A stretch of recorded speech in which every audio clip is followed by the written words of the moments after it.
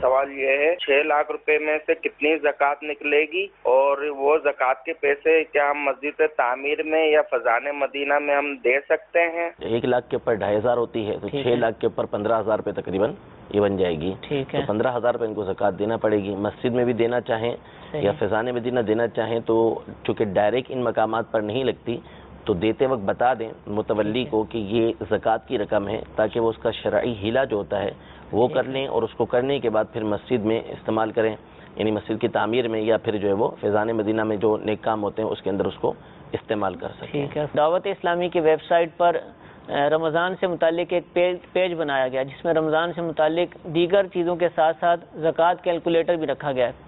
आप उस कैलकुलेटर को डाउनलोड कीजिए, उसमें जो तफसीलात पूछी गई उनको दर्ज कीजिए, कर्ज से मुतालिक, कमेटी से मुतालिक जो भी ज़कात से मुतालिक सवालात बनते हैं वो उस कैलकुलेटर में शामिल हैं। तो उसको आप फिल करेंगे, जब आप अपना पूरा फिल कर लेंगे तो उसके बाद आपकी जो असल ज़कात बनती है वो उसके अंदर हासिल हो जाएगी, तो आप जो है फिर उस माल की ज़कात अदा करेंगे।